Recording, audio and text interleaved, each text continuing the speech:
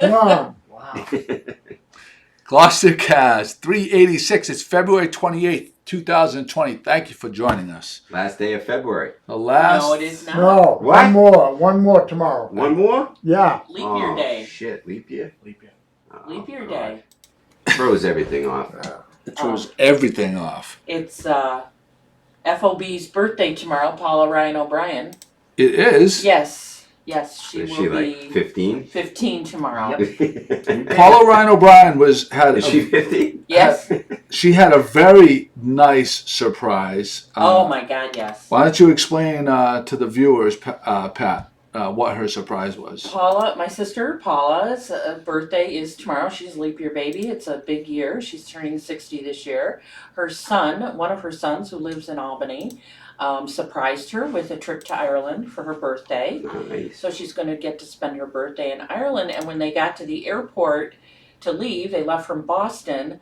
Another son who is in the Coast Guard in Portland, Maine, arrived at the airport to leave with them, and her grandson is with them as well.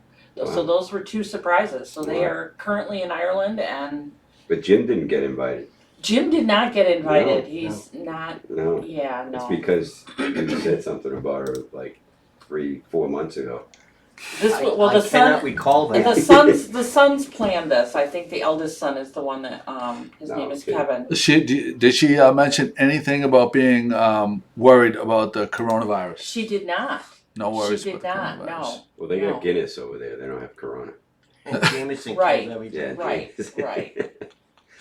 Oh my goodness. Well, I'm leaving to go You're leaving. see our friend Adventureman, Right.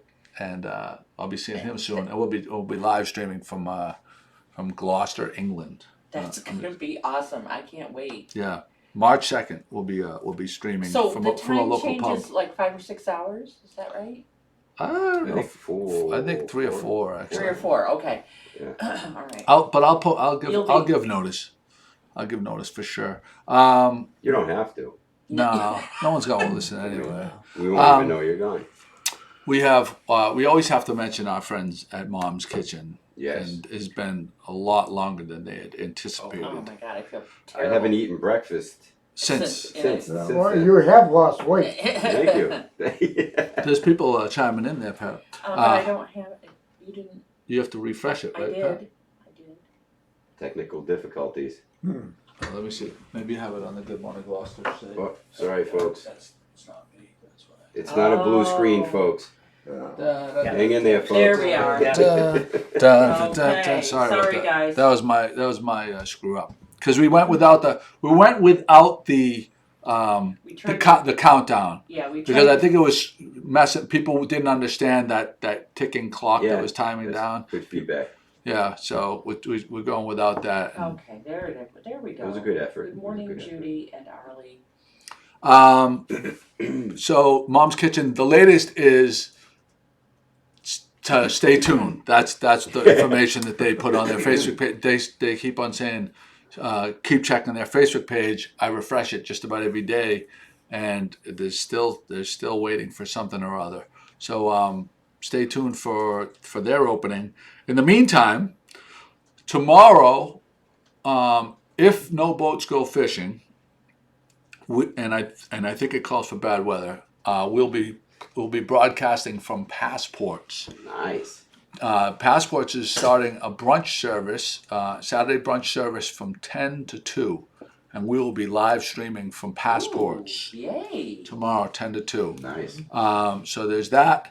Also, Sunday you can go to our friends at Feather and Wedge. They have a jazz brunch that Jimmy and Pat went to. It was phenomenal. It's phenomenal. They still do the Bloody Mary bar? Oh, Yeah. yeah. They took a picture of it, and yeah. They turned Jimmy away. They're like, no mas. Yeah, they're like the fat kid at the Chinese Yeah. food restaurant. No more. Like 3 is They're the taking max. a beating.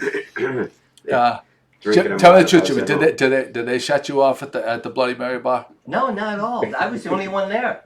Really? Yeah, I walked up and there were some people there. Now, there was a very big table, and I saw they had some. So, if anything, I said to Pat, I said, boy, I hope there's still some stuff there.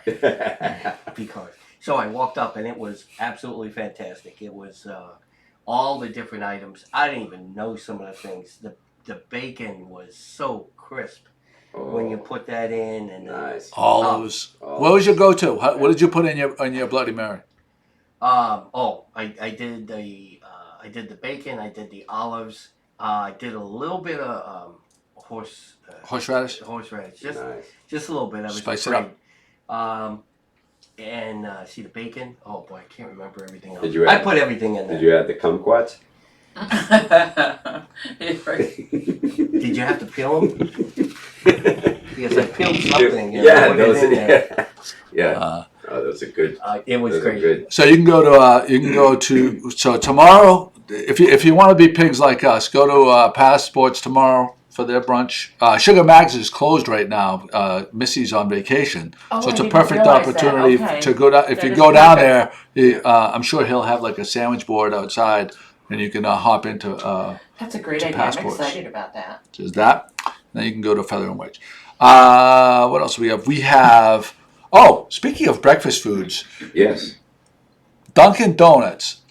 Think about that. They are offering snacking bacon, and the ad is like a paper bag with like 8 strips of bacon sticking out of it. Oh, really? I haven't seen that. And in my mind, all I could think of was how much more simple can you get, and at the same time, how it's brilliant, right? Yeah. Like who doesn't? Anybody that doesn't like bacon in the first place, we don't really care about those people anyway, right? Right. So it's just that marketing person or the product development. Think about how much money they dump into product development, right? Yeah. Like trying out new recipes and ways to manufacture breads and bagels and how you're going to get them to market on with freshness. Nothing more simple than cooking up some bacon, throw it in a bag, and taking the money. Yeah. The margin on that must be 99%. Oh, tremendous! Except it sounds like a dog treat. What do you mean? They might be. Maybe they are. To me, it makes me. I hear it. I see it. I think dog treat. Bacon? Those snacking bacon. Snacking bacons. Yeah, whatever. Yeah, they're I called. can see No. that. Yeah, I know what you're talking about. Yeah, that's interesting. Yeah. I'm sure they did some focus groups. I think it's And brilliant. that's I think amazing. that I person. think I think that they probably pay product development people bazillions of dollars, They come up. and it's like, when you strip it all away, sometimes the most simple ideas are probably Well, the best. the other ideas. thing they rolled out is this matcha, the matcha tea Matcha drink. lattes, yeah. Matcha lattes. And I had never heard of matcha up until maybe 2-3 months ago. I think it was Connor or Brendan turned me on to it with the tapioca balls in it. Oh, I mean, and we stayed when we were in Miami. We stayed right next to a coffee shop that had matcha, it's like a and tea. I OD'd. It's a powder. Oh, okay. It's a dark green tea powder, and I think in this particular case, it's pre-made at Dunkin' Donuts, but it's got a lot of milk Huh. in it. It does have sugar in it, but it's if you like green tea, Yeah. it has a subtle flavor. I mean, it's not ultra strong, but it's outstanding. I can OD on matcha now. Big Janice matcha is guy. saying hello to you. Who? Chris. Janice is saying hello His to mom. Chris. That's his My mom. mother? Oh, that's your mom? Oh, Yeah, hi, that's- Mom. What's my mother Hence- watching Hence, this? hence the hearts. I didn't. Hence the no, hearts. Mom, what no, are you it could have doing? been- It could have been a cousin. It could have been. Jeez, I didn't know my mother was. She's up early making Our friend, Good morning, Chris, Gloucester. our friend She's making Christina's. eggplant for Our us. friend Yeah, I Christina's know. on Mom, here too, Jim. we got a request for eggplant. Yeah, there you go. Oh, that was a tremendous. Yeah. Janice, what was the recipe? What did she make that time? The eggplant parmesan. Eggplant parm. Janice, that eggplant parmesan Yeah. was out of this world. I- We OD'd on that. I was on a diet at the time, and I broke the diet for that. It Yeah, was so good. It exactly. was really good. I was just up in Canada, and up in Canada, Canada. Canada, Oh, Canada, in Toronto, and they have Tim Hortons, and Tim Oh, Hortons yeah. is Burger Everywhere. King. So Oh, they're both the same company? Yeah. I didn't know that. So they're really all over the place. But what really caught my eye was the couple of McDonald's that I did see when I was riding by. They have the plant-based sandwiches coming out. Yeah. Oh, really? It's going to come out. So I think it's like a test thing. Yeah. And maybe we're going to hear about it. But I tried to take a picture. When I saw it up on the board, we were going kind of fast down the highway. Yeah. I couldn't get the picture. But so Were you McDonald's speeding? is definitely. Were No, you I was in a tour bus. You're admitting that. Oh, you weren't driving. No, Okay. I was in a tour bus. All right, you're off. So the big thing this week that was very exciting to me, and I thank Pat for going to cover this. The Gloucester 400 commemorative coin. They held a contest. There was 3 finalists, and they were going to announce the winner. Pat and Jimmy went down. They live streamed the announcement. Mm-hmm. And who I thought all along was going to win once we saw the designs. And they were all great designs, but I thought Beth Swan's was far and away the greatest. It was, so Pat, why don't you describe the winning medal? And here's the other question, but I also have one other thing to say. Mm-hmm. The next day, so you did the live stream. Yes. And you saw our other contributor, Catherine Ryan, was there. Yeah. And the next day, neither one of you put pictures up of the actual winners, the medals. Well, and I couldn't understand No, it's what 'cause the I what was the thought process of going there but not showing pictures of the winning medal. What I was hoping to get were, well, Jim had the camera for one because I was doing the live streaming side of sells it. Jim down the river. So the whole picture I was aiming to get was the presentation of the big check. I'm like, that's gonna be that's gonna be my big. That was your money shot. Yeah, that was the money shot. But they didn't do it because Beth wasn't there. So until later, they did it about a day later. Just the 3 of them, Ruth and Bob and Bruce, presented the check together. And that was the shot I was waiting for. So I thought, well, everybody's going to take shots of these medals. Everybody's going to take shots. Here's the thing, like, you knew Catherine Ryan was there. Yeah, and I thought she was covering it, but. And Catherine Ryan, who always generally has a camera in her hand, I would have thought the same as you, that Catherine would have had so pictures. So we kind of backed off when I saw her. We if sort of there's an backed off issue, with can we take this offline? No, anyway, it was I'm very. I'm putting it on Catherine Ryan. So wait a second. I want to explain what happened. So first of all, Beth Swan was, I think, Good Morning Gloucester's 4th contributor. Oh, way back when. That's so cool. She probably came on board in 2010. And we had a contest. It might have been 2009. We had a contest for the logo, and there was probably about 15 or 20 entries. And once again, the logo that you see, not on the screen right now because that's a little more modern version, but the one with the rays of sun that's at the top of the blog and on the podcast, that was designed by her. I did not realize that. That's cool. You didn't know that? No, I not thought I until we mentioned started talking about it recently. So I watched your live stream, and the second that they announced it from your live stream, I called her while she was in Florida. Oh, did you? And she was surprised. She didn't know. Nobody was in contact with her? No one was in contact with her. She got the news from me, and she was so excited. And she said, "Thank you so much for calling." I says, "Go to Good Morning Gloucester right now. You can see them talking about you and Ruth Pino giving the speech about her." Mm-hmm. And she said online, "That's so great. The money from this contest is going to go to pay for braces for my 2 sons." Oh, that's awesome. So how awesome is that? That's awesome. It was really awesome. I was a little surprised. I was hoping that they were going to have someone in the audience maybe representing her. Yeah. So that they would have all 3 at least represented. It didn't work out that way. But it was a very. They also said that all 3 of the coins are going to be minted, though. Yes, they are. So that's great. That's so awesome. That's something for the ones that came in 2nd and 3rd. Yeah, or whatever. yeah. And they were both there, and they are to me to be quite young. Yeah. So they were quite quite the future ahead of them. I'm And thinking. the other two people did not know that they were going to be minted when they announced it. Right. Oh, Because that's we were great. sitting right by one of them. I mean, right there, and she kind of went, "Wow!" Like she Yeah. had no idea. Oh, So that's there was awesome. a lot of announcements Yeah. that was going on that was kind of live. So How good much call was on the that, check? Joey. Glad we went. Well, you What guys was the did. amount Well, of the How much prize? was the check? I think it was $10,000. 10 grand. 10,000? 10 grand. Yeah. Wow, great. Yeah. Jeez, I'm signing up next year. Yeah.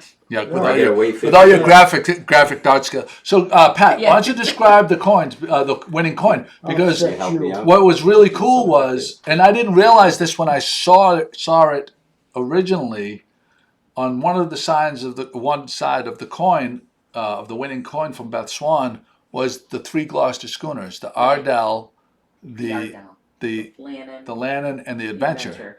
The silhouettes of them, and they to an untrained eye, and I consider myself to I have an untrained eye, but real schooner people would know this. Like a silhouette of a schooner, where the masts are and how many masts there are and stuff. I don't think about that stuff, but it's unique. very It's like very unique like to it's each very schooner. unique to each schooner. So this really does represent the That's 3 interesting. Gloucester schooners. Yeah. Yeah, That's and in cool. the foreground of that, of the depiction of the schooners is the fisherman statue. Gloucester fishermen. And then on the other side of the coin is the city line, with City Hall, Oh yeah. city line, and there's a water line, and under the water line you see fish. I'm Yeah. sure I'm simplifying it. No lobsters? There might be a lobster in there. I'm sorry I didn't really take a close-up picture of it because I thought I can't believe I didn't lobster need was to, left but- out. Yeah. We need a Wrong about redesign. that. You know the fact of the And it's matter called is Out to Sea. out to sea. That's great. Yeah, I like that. The fact of the matter is, in this city right now, my strong guess is that there are far more families being fed by the lobster industry than the fishing industry right now. Wow. Because we have several hundred lobster boats, Right. and there's just a handful of fishing boats left. So I don't know the exact numbers, and everybody a lot of the old timers really identify with the fishing industry, but the lobster industry, if it wasn't for the lobster industry, there really would be really almost hardly anything left for what they land nowadays. Wow. There's a couple boats that are landing quite a large quantities of fish, but it's just there's a few families controlling all of that. Right. So there's that. This is Pat brought this up in her show notes. Why don't you do the shout out? Oh, shout out to Liam Donahue, the first Gloucester High wrestler to bring home a state title. I believe he wrestles at 145, and the program is very young. The program is only 4 or 5 years old. old, maybe, I'm That's guessing, great. but it's a very young program. Yeah. And for a state champion to come out of such a young program, that's a huge accomplishment. So That's big awesome. congratulations to Liam and to the program. Does he have like a ring name? I do not know. Like That is a Andre good the question. Nacho Libre. That's a good Nacho question. Libre. His mother is absolutely one of the greatest non-professional drink makers in town. She is quite. She's Why, quite. Carrie Callahan, Yeah. well, Donahue now, Where does she make the drinks? at my sister's house. Oh, okay. Carrie, you know Yeah. who she is. Yeah, okay. She always has a really festive drink that she makes. She's Yeah, Brenda Grimes Davis is commenting that Beth's acceptance speech was great, and it was. Ruth read a note from Beth to be read in case she won it, the medal design competition, and it was a very, very nice note. I wish I should have recorded Beth when I called her and she picked up her phone. I think she was in Florida. Or she was away, and the surprise in her voice and how happy she was. It's too bad nobody was at. Oh my I should have. God. I should have Wish I'd recorded. thought of I should that. have. I could You have. broke the news to her? Huh? Yeah. Yeah. Did you not fall asleep listening? again? You just falling asleep? Wake up! I was. Wake up! That's what he said. Jesus Christ! Even I heard it. Even I heard Get the fucking smelling salts. it. When the stocks are down, you're down. Yeah. Whatever you get. Yeah. I Get gotta the go- smelling I salts. gotta go One save thing my about clients. Yeah. You had put a call out there at our last podcast. I think you need to do it again. to athletic the AD. Yeah. director. We'd love to have the Gloucester High athletic director because there's so many great things happening at Gloucester High. We have someone that says, "Hey Joey, do you do live videos just on certain subjects?" Reason I'm asking, I don't know. Someone's. I can't read it right now. Someone's sending in a separate message. personal note here. Yeah. So Rotary Night, we're doing this. Who's in? Who's you got? Oh. McCarthy's are in. We're in. The Dalpiaz are in. The Ciaramitaros are in. I don't know if the Lafadas are in. I don't know if the Reeds are in. Steve Reed hasn't chimed in yet. Somebody text Steve Reed. Oh, there's another topic we have to get to. Oh, Jesus. God almighty. Anyway, I know the we talked Rotary about on it. March 20th at Cruiseport. Tickets are available at Bank Gloucester, Carousel Agency, or the Weather Vane. For Night at the Races, they're going to simulcast It sounds like so much fun. horse races, and there's going to be prizes and stuff like that. And I think it's going to be a great time. Get your tickets. I bet you it's going to sell out. It's going to be a great time. This was so something happened on Facebook, and who was I with? I was with Jimmy. Yeah, we were. I was with Jimmy, and I was scrolling through my Facebook feed, and I saw a person that I know, nice person, had posted. She's a server. She's a bartender. I think bartender, not a server. Right. And she had posted that people, can you please go to the ATM? Like, splitting up checks 5 ways is a total pain in the ass. And I saw that, and I was like, and we had just come back. Chris and I and the guys had just come back from Mexico, where after every meal, and I'm not used to this, but this is the way it went when we were in Mexico. After every meal, everybody just tossed their credit card into the middle of the table, and I ended up having to do the conversion with the pesos and then figuring out the tip and then whatever. But I feel like, so because of that experience, and I know that I see people that use Venmo, you see Venmo does this weird thing where, like, if you don't make your transactions private, they will they share what you're, and you can leave notes like what this money is for.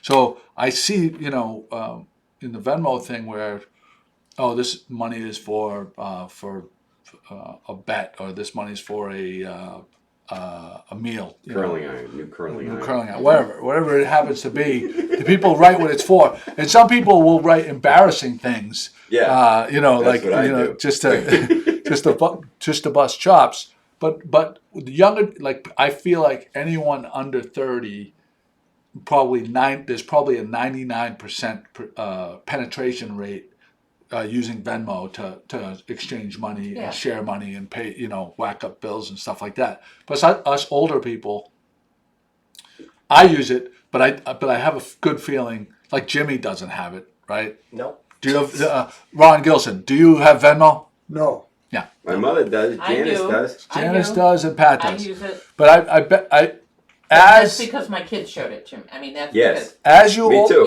Yeah. Right. As you old That's how I fuckers can die pay off them. and the younger people come up, there's going to be more and more people using Venmo and less people not using Venmo. But in the meantime, while there's this transition period, there's like the servers. So there was this outrage because some people kind of took her statements, which she shared on her personal Facebook page. She was in her Venting a little bit. mind. I'm sure she was just kind of venting, like not thinking that I was going to pick it up and put it out there, because I wanted to get feedback for how everybody felt about the subject, so we could talk about it on the podcast like we're doing right now. And as it turned out, there was some people that got kind of nasty, and wouldn't let it die. That you're in the service business and you should do whatever it takes to get, which I understand that point, but I think we all have bad days, and sometimes we say things that, just out of frustration, and you don't need to hammer the shit out of these people, right? So, but what I got out of all, and I took the post completely away because some people were really just being over the top. It was ridiculous in my opinion. But what I got out of it was, if you're going to a restaurant and you're going to split the check, please, because we asked the servers to respond how you would like to handle it handled. They said, please tell your server ahead of time. And in my group, we generally will just whack it up. Like if there's 5 couples, 5 ways. I'm not keeping track of how many drinks I had, or if I always drink Coors Light. Some people drink expensive other drinks. I don't care. At the end of the day, one way, sometime I might order more. The next time you order more, whatever. It's not. It all. I figure it washes out too. I don't. It all washes out, right? Except I'm always the one that. But and Ron doesn't drink, so he's not going to come out with us. No, but I've been in that kind of a situation before, and I think it basically is really penny ante. I mean, Yeah, really. to nickel and dime whether it. you had a dessert and he had a highball, Or a whatever, lobster really, versus a burger. So I think that, but I also think, in our group, if someone really just came and got a tiny little thing and everybody else was going crazy, you would take that in. You would take that into consideration and say, no, listen, you would just put in $10 or something, and we'll make up the rest of it. I think that's how normal people operate. But if you're gonna do the whole credit card thing, just think of your server and let them know ahead of time. And if you can make it so you just whack it up evenly. Just whack it up evenly. I think that's what I got out of everybody's comments. Common sense. That's common sense. I don't think I'd want to be in a situation where somebody had a pen and pencil and was dividing this and that. Well, okay, so Ron, you were in the restaurant business, but back when you had your coffee shop, probably most people probably used cash though. Well, most people did use cash, but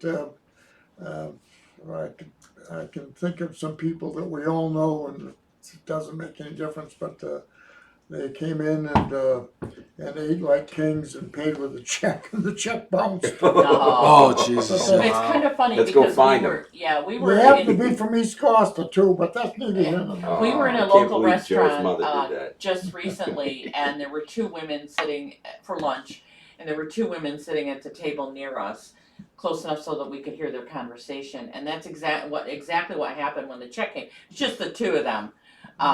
One of them was trying to figure out exactly what. Oh, And I mean, I just kind of shook my head a little bit. I don't know the relationship between these women. I didn't know anything, but I was thinking about this conversation. And the server came over and said, very nicely, would you like me to split that? Yeah, that would be great. Do you want me to just split it in half? He was very conscientious about, but it wasn't busy, and it wasn't. And if you're going to do that nowadays, just get 2 separate checks. Right. And right, 2 separate checks, and what the servers were saying. If you know you're going to do that, if you do know you're going to do that ahead of time, just if you let them know ahead of time, it makes their life. They'll keep track of it. They'll make it so much. It'll make their life so much easier. I mean, they punch in so many things now because it's a drink, but it's a certain vodka, or if it's or now if we're going to add this, so that's why they're standing up. They're punching in so much, and now, oh boy, so I can see why they're. It's a nightmare. So yesterday, Kate and I went to Passports for lunch, and here's something that I thought was brilliant. Speaking of servers and their time and managing the servers' time, he had Eric at Passports, because we drink a lot of times. If I'm not drinking Coors Lights, I'm drinking water, right? So he put a empty like a aqua colored bottle of water, full bottle of water. Not small bottle, carafe or whatever, a wine bottle full of ice cold water right in front of us. Yeah. And I just thought that was brilliant. Yeah. Because when you think about I may drink 3 glasses of water during the course of a meal. Right. That's 3 trips. The waitress doesn't have to go back and forth. Yeah. And for however many so people that are in here, it's such a simple thing. It's very simple. I thought it's so simple, and every restaurant should do that. yeah, so I thought that was great. So we have a listener hailing in from Puerto Rico today. Oh. Cheryl. Hola. Cheryl McPhee Smith. I wonder if she's related to Catherine McPhee from Or- American Idol. Or Kim Smith. Or Kim Maybe. Smith. Kim Smith didn't come this morning. She Kim, must be where are you, under the Kim? weather. I don't know. Her daughter could possibly be visiting. Busy. The Tuesday, Friday, today, Friday, is the last day for early voting for the presidential primary at City Hall, 8:30 to 12:30 for Gloucester residents. So, Nice. what is early voting? What does that mean? If you're going to be out of the country or something? No, just if you don't want to go stand in the line on primary day. No, it's for primaries. It's not for primaries, for the yes. presidency. It's the primary. It's a Presidential little primary. So it's Super misleading because Tuesday. initially when I saw Yeah, it, I'm like, it is a little. how do you vote They for the don't seem to president now? emphasize that it's a primary. So who are we It's a- voting for? A choice between. No. I'm voting for LeBron James. There's a rumor that he's throwing Well- his name in the hat. Yes. It's mostly for convenience and to get more people out, more voting out, I think, so that people aren't restricted to one day, regardless of weather or other commitments people might have, and it opens things up. I think it's great. I think so too. I mean, it should be standard. Exactly. Standard Agreed. operating. Yeah. Agreed. You know, why one day? Give people a 2-month window. Right. Right. I like it. I like the way you're thinking. Let people vote on their freaking phones. Oh. Well, I can see. I see I know, where it that opens is. You up, get my so much account more. was hacked. You'd get so much more participation, but it opens up so much bullshit. I know. So I much know, bullshit. But I hope someday we can. I mean, I do all my banking on my phone, so Right. you know, I'm dealing with my You're life already savings dealing- on my phone. Yeah, I you're can't already. vote for the president of the United States on my phone. Yeah. So- come on. We have. So this other topic is one of the most ridiculous things I've ever heard in my entire life, and it was. I don't want to mess it up, so I'm gonna go back right There here. it is. Salem State professor demands MIAA take action against Billerica students doing the Tomahawk chop at a game versus Somerville. Ooh. Something that's been done at games since Florida State games, different Atlanta Braves. Atlanta Braves games, since the beginning of man time. was starting to walk on 2 legs. And this fucking banana head Yes. decides that she wants action taken against these kids that are having fun at a basketball game. Yeah. How They were ridiculous. chopping wood. How ridiculous. So it's just unbelievable to me. It's out of control. I don't know why these people come into an administrative position or a position of stature, and they think they have to come across and make a statement. Yeah. And she chose to make her statement on kids who are having a good time. They're all there at games, supporting and just doing what they see on TV and everybody else doing. Oh, the Cleveland Indians. Yeah. What am I talking about? The baseball team. That one. They do it all the time. Yeah. I mean, my boys went to the prep, and we enjoyed going to sporting events to watch the students, you know, Back and forth. go at each other back and forth. And it was all in good Good-natured. taste. I mean, there were some things that they were chanting back and forth one another that I think probably would be more Dangerous than than the Tomahawk.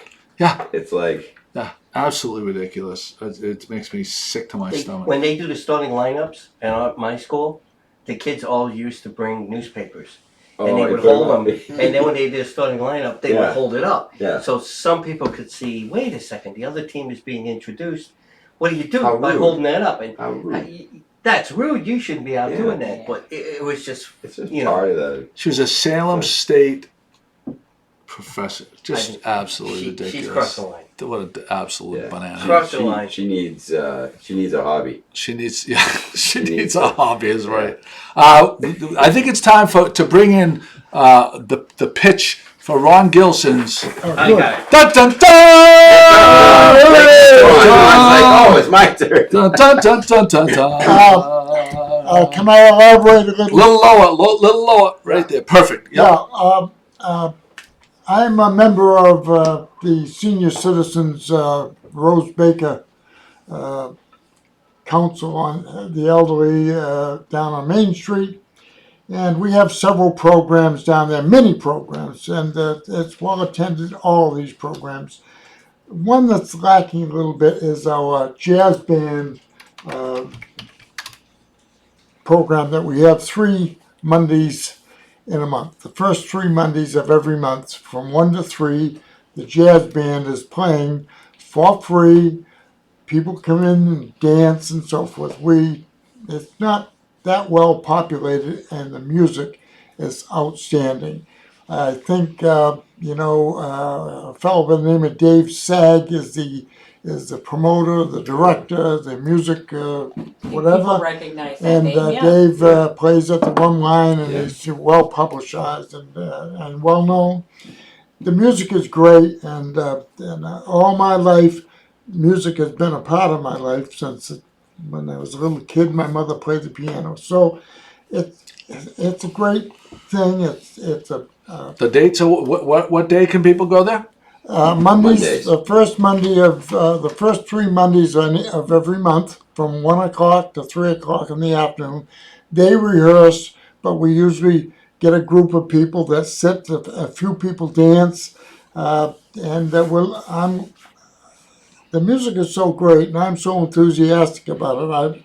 I'm trying to promote it. Gin it up At the a little bit. Rose Baker Center. At the So Rose so Baker go on Center. down there. They like Mondays 1 to 3. Mondays from 1 to 3, the first 3 Mondays of the month. Yeah. And So there's one coming up this Monday. That's right. And we have a link on Sunday afternoon. There'll be a reminder on the blog. Yeah. Yes. Good. Awesome. Thank you for that, Ron.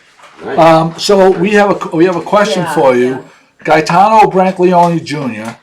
says to ask Ron about the time he told Joe Cody he was retiring. Here we go. Who asked that question? Gaetano Brancaleone Jr. Yeah. Yes. Gaetano Brancaleone Why you Jr. not- It's one of the famous families in Gloucester, fishing families. I told Joe Cody Joe Cody was my business partner in the insurance business when my agency insured about 90% of the fishing fleet from 1972 to 1985 as a background. And of that 90%, probably about 90% were Italian fishermen, and we had a big Italian fleet at the time. And Gaetano Brancaleone Jr., his family is legend in Gloucester, and they had 2 of the biggest and best vessels in the city. And I'm proud to say that I was the insurer. And anyway, that's our relationship. But Joe Cody was my business partner, and he was a great guy. A little background on Joe. His father was lost at sea, and he had to leave St. Anne's School in the 9th grade in those days. He went to work for Ben Pine as a errand boy, if you will, around on Roger Street, at where the fish auction is now on Roger Street. This is back in the 20s. And Joe came along in the industry, and he got to be the shore skipper for the General Seafoods plant after World War II and so forth and so on.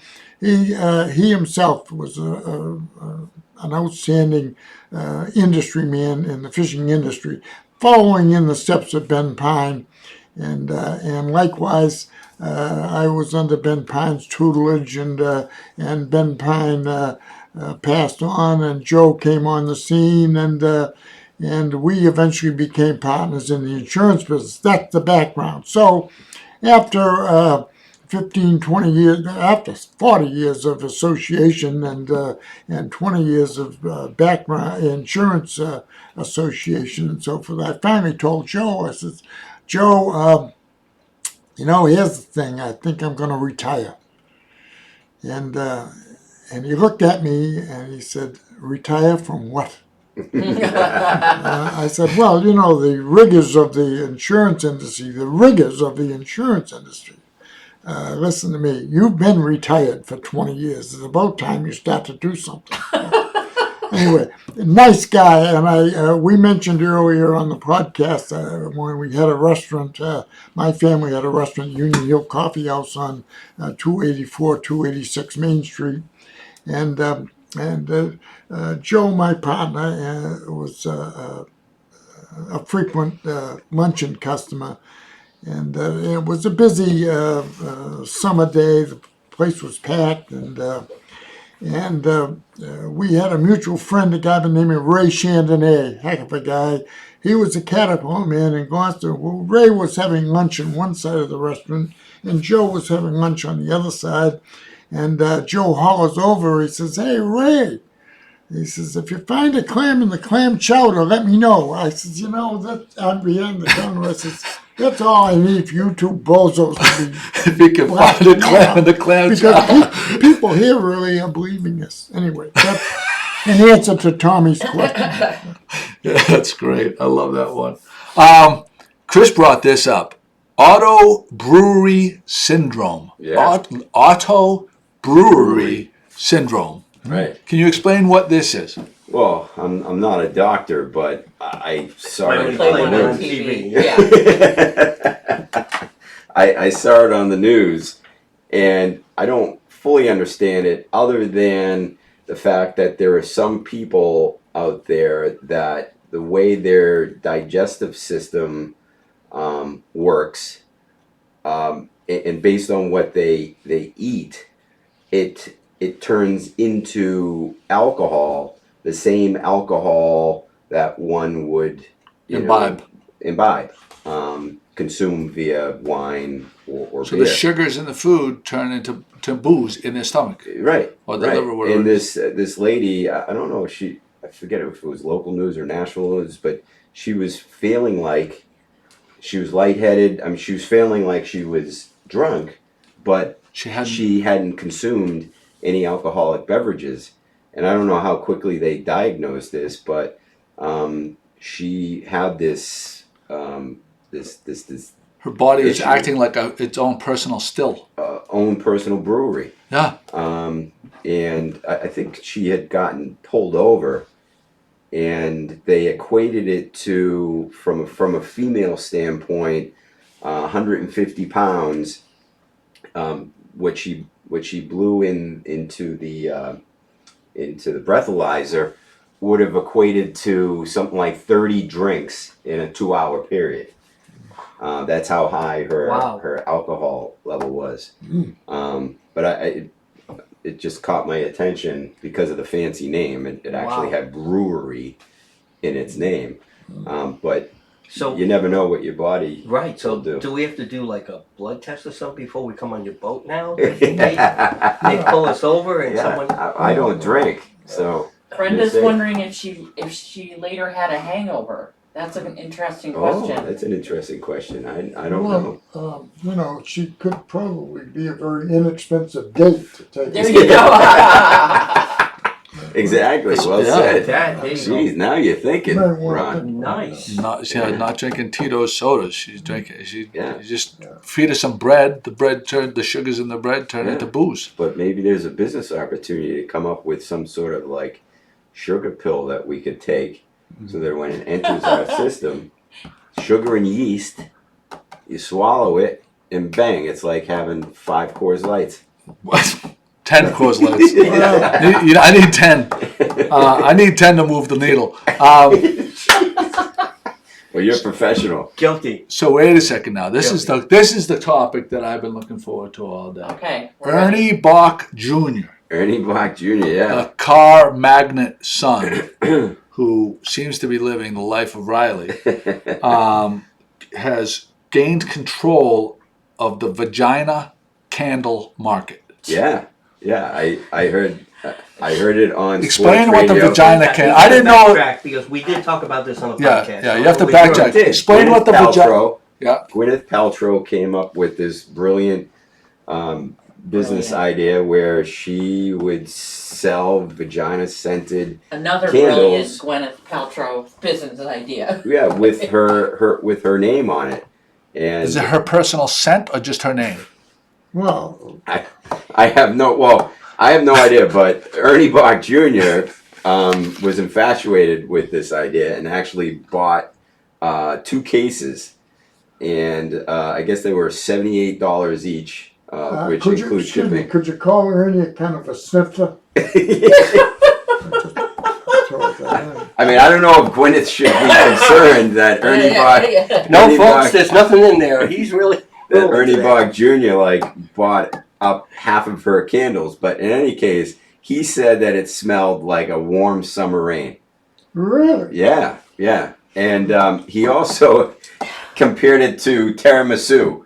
Tiramisu, He goes, the dessert? The dessert, because he said, everyone God, that's makes funny. a good tiramisu, but when you have that one tiramisu where it's like outstanding, Yeah. and that's your go-to, he compared the candle to this being his favorite tiramisu. Tiramisu. Or His his go-to favorite candle. scented vagina candle. Right. So, Well, not all vagina candles, I imagine, because if you took a vagina candle made after one person right. and a vagina candle scented after a different person, Yeah. you may have a completely different experience, right? Yeah. But I know it was a topic that we had discussed on previous Well, we always like to follow podcasts. up on these Yeah. important things. Yes. And I heard Ernie Bach on sports radio one morning, and he was actually talking about it, and I chuckled and I said, let me share that with our News you can viewers. use. News you can use. Because, we've been curious about the candle and what it smelled like. Right. And according to Ernie, Bach. it's a warm summer rain. So you said tiramisu, the dessert? What do you think? It's tiramisu, the stripper? What? Yeah. Well, I don't know. I was really thinking of dessert, but I mean, Yeah. Yeah. Oh boy, that's unbelievable. He's rolling. So, but speaking of alcohol, Yes, sir. you had jumped in, and I just want to call out that Minglewood Yes. has Coors Light On on tap. tap, but only for a short period of time. Oh, really? wow. So if you like Coors Light, like Joe, you got to go to Minglewood and help Zach and the rest of the group Polish down it there off. kick the Coors It's Light a fresh keg. keg. It is a fresh Fresh keg.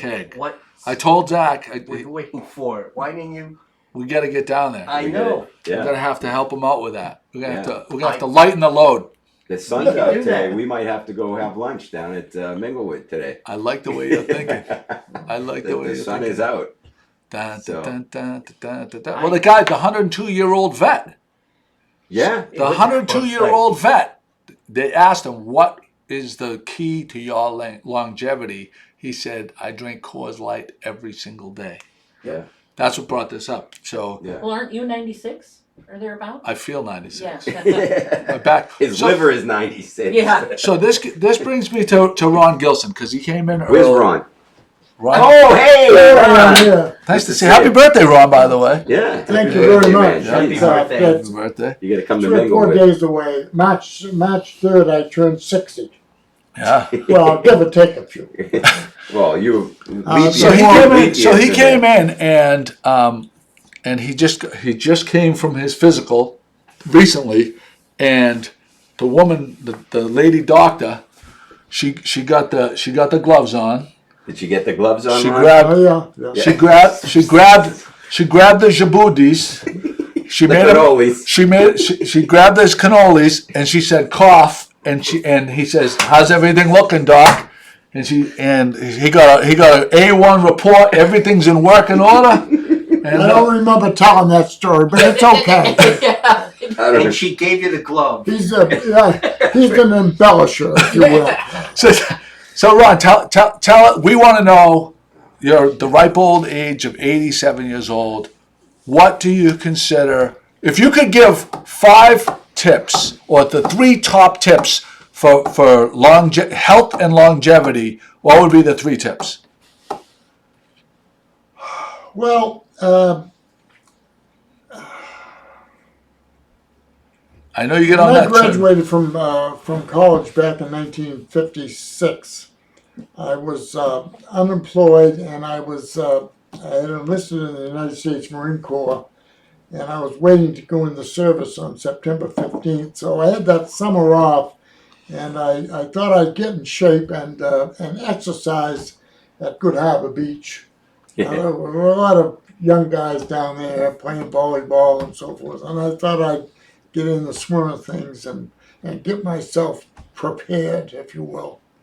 Well, anyway, my 5 years in the Marine Corps, I really found out what physical training is all about, and fortunately, one of the things is daily exercise, and I learned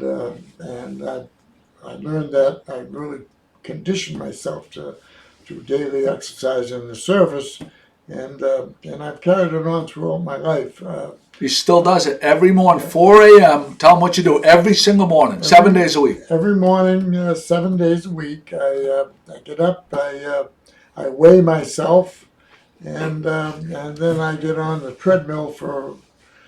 Used to be for a half hour, but now I've pushed it up to 45 minutes, and about 4:45 or 5 o'clock, I'm coming off the treadmill and start my daily routine.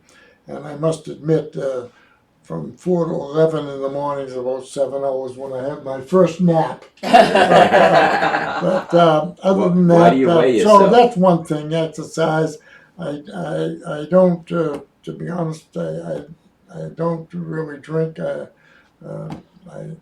very You and seldom- Tom Brady. Yeah, what's that? You and Tom Brady don't drink. Yeah, no, is that right? Yeah, Brady doesn't Well, drink. Tom Brady has other advantages also, but anyway. His routine is So- similar though, I'll bet. So 1, daily exercise. 2, you never really drank much. That's right. And you know, Uh-oh, we're I screwed. really try to eat 2 meals now. At this advanced age, I try to eat just 2 meals a day. I refrain from anything after 5 o'clock at night, and no heavy meals at all. So you know, when in the falls, if you go into local restaurants, all the gray-haired people are there for lunch because you know that's what it is. So. That's a few of the things that I do, and you know, I get good. I try to. So why do you weigh yourself every morning? Well, you know, I want to keep my weight at a certain level. So every Because- morning you wanna Every morning. monitor that? Yes, every morning. Keep them in check. Listen, I have records for Regiment. about 10 years, that's at least. Part of the That I, routine, yeah. Really? you know, it. keeps you in check. If you put on 2 or 3 extra pounds, then you'll find out you're a young man. But 2 or 3 extra pounds, you get to be lethargic and you're Sluggish. Just you slow right down. So the idea is to be, and I'm not where I'd like to be, but I guess I'm okay. So and I can function. So that's Doing great. Very We'll good. sign up for it. I'll sign up to be in your kind of shape at 87. Well, Yeah. I'll sign the contract right now. Yeah, anyway. So that's that's good. There's your 3 tips. Breaking news. yeah. Stock market 10 minutes in is down 500 points. Chris McCarthy. Steve Reed says Chris uses his treadmill also Yeah. to hang his laundry. Yeah. To hang his laundry. Exactly. And the moving part of it is that's how he picks out what shirt he's going to wear. He stands there and watches it go. I'm behind you, Steve. No, it creates Yeah. airflow. Yeah. It helps dry the Well, shirt. you know, I used to be a member of the gym at the industrial park, and this little gal, Lisa Lucido, the married name is Lucido. She opened the gym every morning at 4 o'clock, so I would go there at 4 o'clock. But after a while, driving from my home on the back shore, coming along the Atlantic Road, 2 or 3 mornings there would be somebody walking on the side of the road in dark clothes, and Oh, you know, yeah. and I said to myself, "Wow, one of these mornings I could hit that man." So, You know, What's going no, on you right know there? something that's funny? Like young people, right, that have perfect eyesight, have no concept Yeah. that if they're wearing dark clothes, that like Yeah. older people that you know your night vision really gets severely impaired. The young people that wear dark clothes at night and go for walks have no idea how close to death, oftentimes that they probably are. it's a very Because you know, sometimes, like when I'm driving on the back shore, just like you're saying, yeah. and like I'll be driving and I'm thinking everything's fine, and then boom, right past me, Yes. someone will be wearing dark clothes. I'm like, Yeah. Jesus, if they were in like just a couple, if they were walking in the street, there's no way I would have like even acknowledged them before and with my until they were already over like flying in the air from my car. Yeah, I said to in fact, I told my wife, I says, I really, this is not a good thing to be driving at 4 o'clock in the morning. Yeah, Because, That's so I tough. stopped and, Well, Brenda Grimes and now I roll out of bed and jump on my machine and that's it. And, you know. Brenda and Gaetano are wishing you a happy birthday. Oh, thank you. So we're going to get to our segment I here. might add, by the way, March is a very important month. My birthday is in March, and my wedding anniversary, 63 years ago, Wow. on March 9th, 1957. Wow. A young second lieutenant in dress blues stood tall at the Baptist Church in Millbury, Mass, and married Joan Carter-Camp. And we left that night on a honeymoon, if you will, to Quantico, Virginia for basic training. That's So, where everybody goes for their honeymoon. anyway, Quantico. you know, Next week we need you on what makes for a successful marriage. oh, is that? Oh, Next week, so you got to think hard Well, about that. you have to have 63 you have years. to have a good woman, and I do. Amen. I have a good woman. Amen. Amen. you got to have someone That's pulling in the awesome. same direction. That's awesome. So there you go. We're gonna get. This is gonna be our last segment. We gotta get. I gotta go. Listen, thank you for coming. Hey, thank you for Okay. having me, Joe. Chris, it's always a pleasure. Hey, yes. Yeah. We'll Always. see. We'll see you at Minglewood for lunch. We'll polish off. So we'll lighten the load of those Coors Lights. Is Oh, my that Chris's jacket's over jacket? there. behind? Those are Joe's. Oh. I borrowed his. Da, da, da, da, da, All right. da. I'm sorry I'm gonna miss this because I know this segment's gonna be I outstanding. know you had a meeting you had to get to. Is this yours? No, No, that's no, not. that's Kate's. I gotta bring that All right. home. So All right. Good to see everybody. take Peace care, out. buddy. We'll Peace. see you. See you, Mom. Take care. See you, Ron. Yep. Take care, Chris. All right. Classic. So we have this photo here that has some significance to Ron. That's perfect right there, Jimmy. Perfect. Yeah. You could lower it and come forward a little bit if you'd like. Okay. You can come even forward. This is a proof of a mural that I had made for the back of my house. We moved into a new home for us about 8 years ago, and the back of the house was like the front of the house. You'd have to see the location. But anyway, it was very plain, and I said to my wife, I really like to get something significant there, and we came upon this picture. Well, the picture, it's a picture of the man at the wheel. And we all know the man at the wheel. If you live in Gloucester, you know that. That's an iconic statue. And it's always, 99% of the time, photographed looking at the front of the man at the wheel. But this picture is, to me, more significant in that it tells a story of Gloucester for the last 400 years. We're coming up on our 400th anniversary. And what this tells me is the entire history of Gloucester is right there on those cenotaphs. Yes. It's over 5,000 men that went down to the sea in ships, which is inscribed on the front of the statue. 5,000 men, and 98% of those fatalities happened before 1923, or after yes. 300 years. 300 years is depicted here. The last 2 or 3%, thank heavens, has happened in the last 100 years that I have been around and associated with in the industry. So I said, this is really what I want to relate and talk about on the back of my house. So I love what you have on the back of your house. thank you. It's Thank you. beautiful. And that's a wonderful picture. I might add that one of my neighbors is a little disgruntled because she stopped me after that was up, and she said, Ron, the assessors have been up, and our property is more valuable now that we have an ocean view. Oh. Thanks to you. Anyway, that's my little story. I like that picture shows the Gloucester fishermen looking out to the horizon. Yeah. And you can see the horizon in Yeah. that picture. Yeah. And always on their minds, I'm sure, are the men that are on listed, and some women. I think there's a couple women that are listed on those Yes. displays. So anyway, that's in the way of housekeeping. The dance situation at the Rose Baker Senior Center, and this little mural that I had we had made for the back of the house. It's a way of housekeeping, if you will. Yeah. Now, the last episode that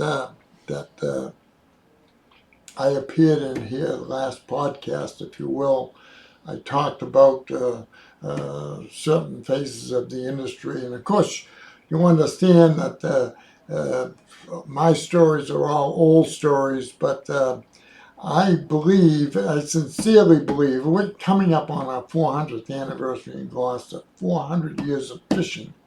And at my advanced age, I'm doing everything I can to preserve or remember what I lived through as a boy and so forth, because it was, to me, the most significant part of our 400-year history.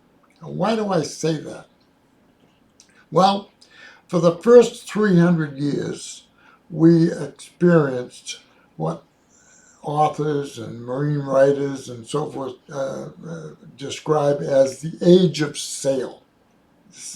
We were propelled by sail, wind, if you will. And in the 1800s, we have a history of over 500 sailing vessels in Gloucester Harbor. Over 500. There were so many vessels that they couldn't tie to wharfs. They rafted in the middle of the harbor and so forth. And they were towed in and out by steam towboats until they could raise their sails and sail off. That's the first 300 years, and that's why we have all these fatalities. They had no power, no weather reporting, and so forth and so on. So that's the first 300 years of our existence. Now, I lived in the last 100 years, and almost quite a slice of that. Yes. So the biggest events that happened in the era from 1923 to 2023, that 100-year period, was what I call Gloucester's Industrial Revolution. And it's an amazing thing, because I believe, in my long experience, that in life, timing is everything. Just the way things unfold, it's an amazing thing. And I think every one of us can speak to that experience in their lifetime, whatever it may be. In my case, I was here at the height of the Depression, born in 1933, depths of the Great Depression. Franklin Delano Roosevelt was inaugurated on March 4th of 1933, the last president. When he came in, he closed all national banks, and the $100 maternity bill that was to pay for my birth was frozen. So that's how we started off. In 1923, at the end of the 300th anniversary, we experienced a pivotal occasion, and that's when the fishing vessel Columbia was the last all-sail schooner to be built in Essex. She was launched in May of that year. She lasted for 4 years and went down with all hands in a gale in 1927. But that was the last fishing vessel that was all sail. Starting before that, the age of power came in, the diesel engine, the outer trawl, and so forth. So I maintain that for the first 300 years of our existence, the age of sail, Gloucester, while we prospered and had 500 vessels and thousands of men and millions of pounds of fish and so forth, in that era, Gloucester stood still. And there's a reason for it. The noted marine architect Thomas McManus designed over 450 vessels, many for Gloucester's fishing fleet and the New England fishing fleet. Thomas McManus had this to say about the age of sail. The vessels were cheap to build. The fishermen to man them were abundantly available. Safety measures were of no concern to the corporate owners, and sadly, the vessels and the fishermen that sailed in them were considered by the owners to be expendable. That's a profound, sad statement. That's what happened up until the 1920s. Mm-hmm. After that, the diesel engine came in, and it revolutionized the industry, and it allowed us to change from hook fishing to net fishing or outer trawl fishing. We increased our capacity to catch fish, and we lowered the number of men on each crew, and we subsequently stopped the mass slaughter and sailing vessels and bowsprits and all that foolishness. So that's when I came in, and I witnessed this. What was a bowsprit for? To catch sailors from going overboard? No, a bowsprit is the pole sticks out in front of the Why vessel, so you and the men mentioned have like to the go out on the nonsense. bowsprit Oh. to reef the sail. Once they went out on the bowsprit and the vessel took a dive, they got washed overboard. Oh, Jesus. They called the bowsprit the Widowmaker. So, Wow. in fact, Thomas Hoyne, I have a picture in my home of a bowsprit and a vessel taking a dive into the ocean, and he names the picture the Widowmaker. So many Like, a lot of widows- those boats, they would have like netting from the very tippy point of the Yes. bowsprit. There would kind of like be a cradle to the boat. That's what you see today. Yeah. But in those days, That is- there was no They net. didn't care so much. You walked out on a stay and hung on for dear life. But when that vessel took a dive, you could easily get washed overboard. It was Jesus. a terrible thing. Yeah. Anyway, that all changed, and our method of fishing changed, and that was in the 1930s, and 40s, and 50s, and it was an unbelievable era in Gloucester. We're coming up on our 400th anniversary, and it's a significant thing. And so, since the year 2000. In the year 2000, my editor of my book, Richard Elliott, was a professor emeritus, retired from the University of New Orleans. He was head of the English department, and he called me and said, "I want you to come down. We're going to celebrate the opening of the National World War II Museum, which is in New Orleans." And his fellow professor lived right. Had an office adjoining his, was the prime mover of this museum, started it and so forth. Now he wrote D-Day and Eisenhower's biography and so forth, a noted historian and so forth. And I went there for a week. People like Tom Hanks were there, Tom Brokaw, all these people, bands of brothers. He was the author of band. Anyway, I met him there, and I had an occasion to talk to him, and to kind of fit in, I mentioned to him, well, I've often thought about writing a memoir, and he picked right up on it. He said to me, he says, 1,000 people think of that. And of the 1,000 people, statistically, it's been proven that 6 people that propose to do that, out of 1,000, 6 people really follow through and do it. So my advice to you is to sit down today and do something every day until you finish the task. Well, I came home and after listening to him, and I said, gee, and I thought about it for a year or so, and then I started and I wrote my book, and we published it in 2007. Since then, we've done two with a fellow by the name of Jim LaBelle, a video photographer. I've produced two histories of the Golden Age of fishing, parts 1 and 2, and I'm doing now a little bit of a blog to again emphasize this history that we're celebrating in a couple of years. Whether you guys For may you gotta celebrate get it, it I out might there. not be. But anyway, Yeah. so I'm attempting to leave that body of work behind. Now, is it of any interest to anybody? I really don't know. Oh, absolutely. It But absolutely is. nevertheless, that's my goal, and that's what I'm doing. So yeah, that's where we're at today. And now I know, Pat, the last time I was here, we discussed talking about the bar rooms in Gloucester, You did. and that's a subject We're still that waiting on that one. Yeah, deserves that- its own hour or Yes, so. it does. Yeah. But to suffice to say that it was an exciting time and and an unforgettable time.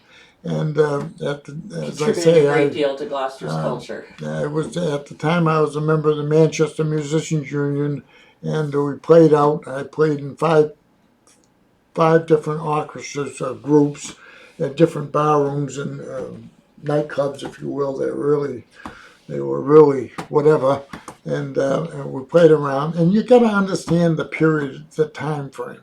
It was 1951, 1945, and 1950, 51. There was no television until 1947. The only amusements we had were two theaters in Gloucester and a bowling alley. In fact, two. There was one over in East Gloucester also. That was the outside amusement. And the waterfront was straight out working. So everybody worked all week long, days, nights. Friday night, Saturday night, boom, all hell broke loose, and everybody let their hair down, and the place was swinging. And I'll tell you, as a little kid, I sat on the stoop at the Paramount Cafe and listened to Jerry Packerman Quinn's orchestra, and I'll tell you, knock your socks off. And by the way, there wasn't a lot of wine drunk in those days. No, I It imagine was not. all hard stuff. Whiskey. Yeah, whiskey, you got it. And what about rum? Yes. What was the heyday of the that rum trade between the Nova Scotia and the Bermuda and our area? I can't speak to that, but I'll tell you one little story. In 1947, the around the world cruise ship owned and operated by Irving Johnson. It was a square rigger that was seized from the German government during World War II. Irving Johnson purchased it, brought it to Gloucester. It was a boat about 100 foot long, and he carried passengers around the world cruise, 18 months cruise. And there were young kids that manned this, college kids and even high school kids that went. The cost was $5,000. What year was this? 1947. 1947. $5,000. To go around the world, but 18 months. 18 months, and you were a crew member. So, Oh. well, anyway, And I love those ones. I wanted to go, but $5,000 in those days was a year's pay, so that was out. But one girl in Gloucester did, Mary Tiesver. Her family was in the gillnet business, and she did go. But anyway, it's an interesting story. The vessel was scheduled to leave, we'll say, November 1st, 1947. The high school band was playing, and she left Rocky Neck to come out of Rocky Neck and sail down the harbor. It was 1 o'clock in the afternoon.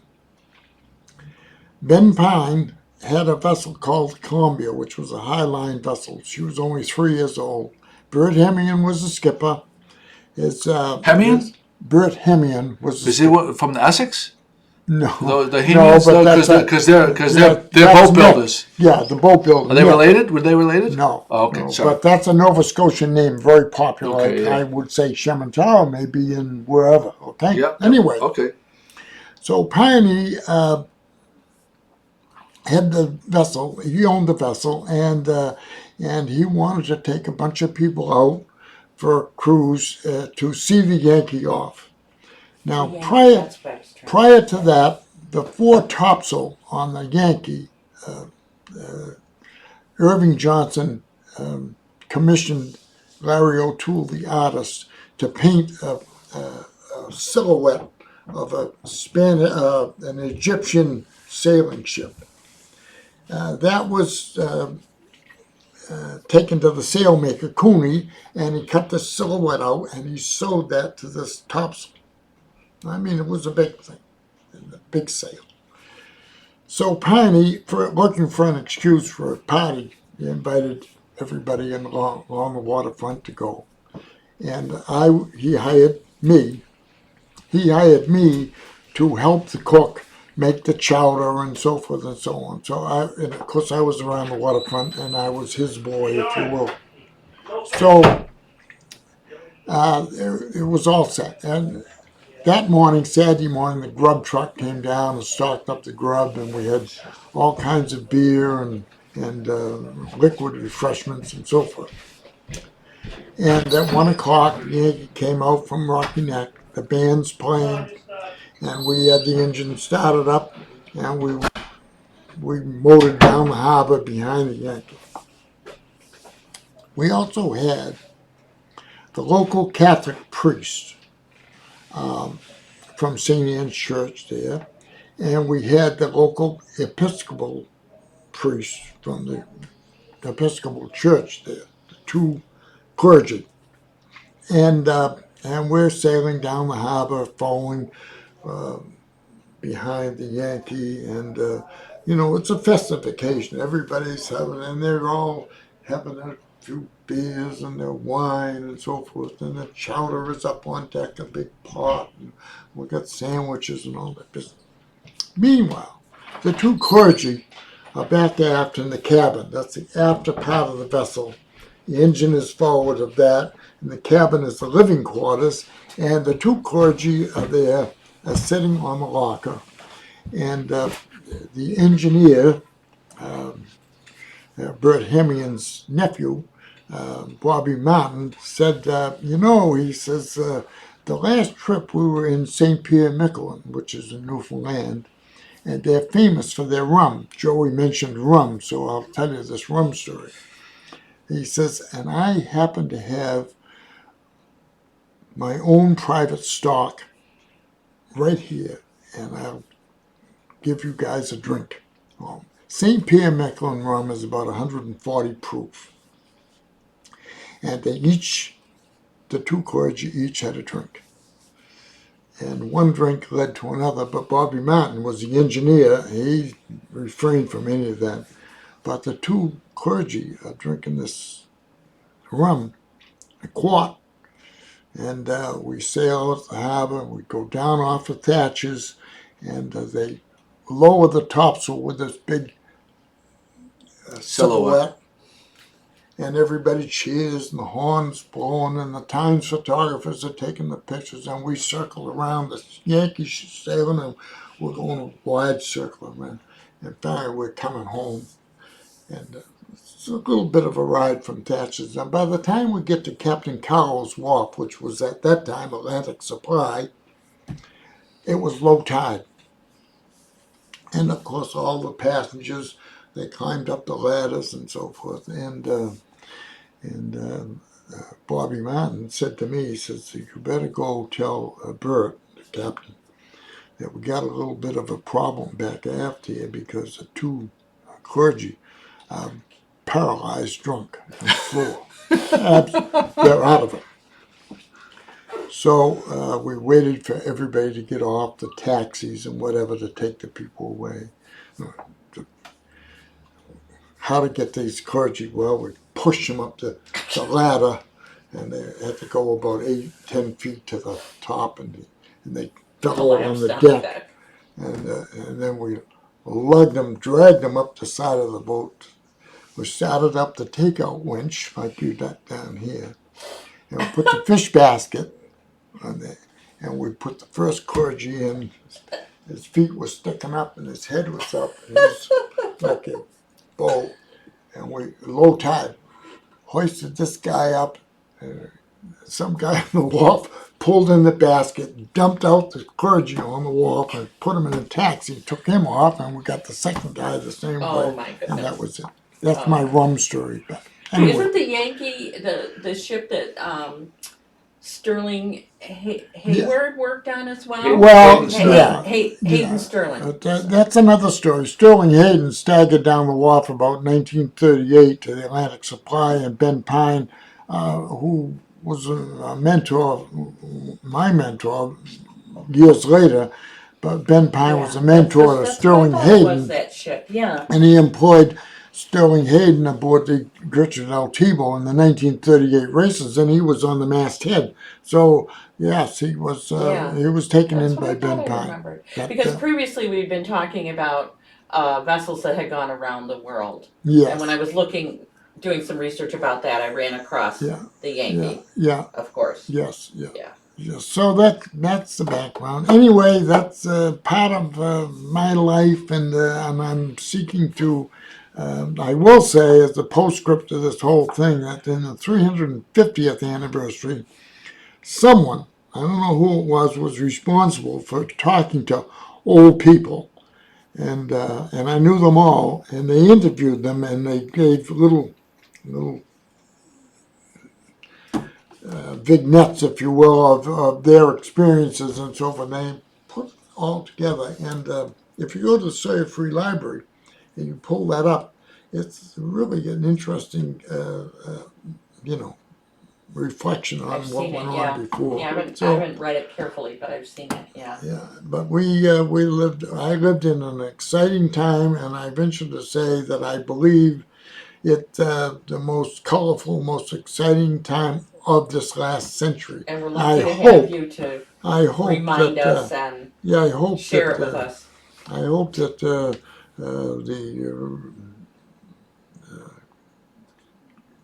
anniversary committee pays attention to that. It The should be. 400th anniversary. Yeah. I reached out to Safathia because the website is not being updated, and I don't know who's in charge there. I don't I know either. they hired someone, but the 400 website, there needs to be someone taking charge of the social media, because right now it's not being done right. I don't know I would who's agree doing with it. you. So they need to get someone involved there that understands. You know, it's social an media. interesting story that Bruce Toby, who was our mayor, past mayor, I guess he's the chairman of that committee, isn't he? I believe so. He's very involved. Or Ruth it's one Pino's of the very three. involved. I think they might be co-chairs. Okay, Perhaps. well, Ruth Pino has approached me, and I haven't seen her since, but and Bruce Toby. But in 1947, I made my first trip fishing. I was 14 years old, and I went out on Ben Pine's boat, the Yankee. Who was one of my shipmates was a guy by the name of Tom Foley. Now, let me tell you something. Tom Foley, his sister, was married to Robert Toby. Robert Toby and then the Foley girl had two sons, Bruce and Robert Toby. Bruce Toby and Tom Foley, who put them side by side, and it's a cookie cutter.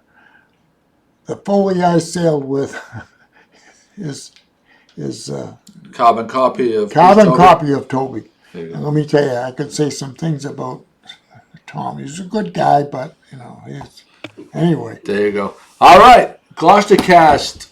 What are we at? 386. 386, 14 away from Yes, 400.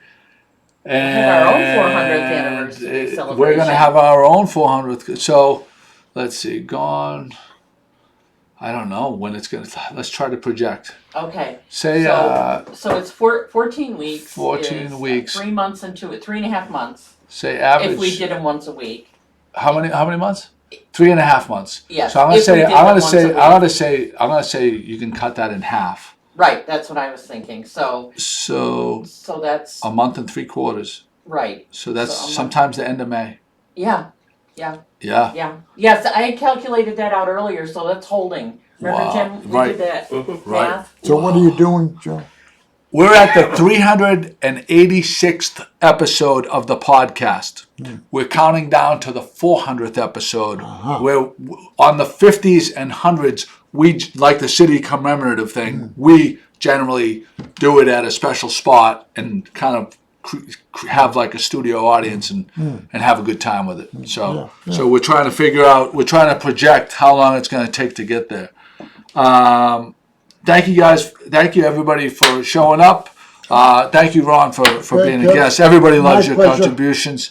Jimmy and Pat and Chris McCarthy, this is your host, Joey Ciaramitaro. Everybody have a great day.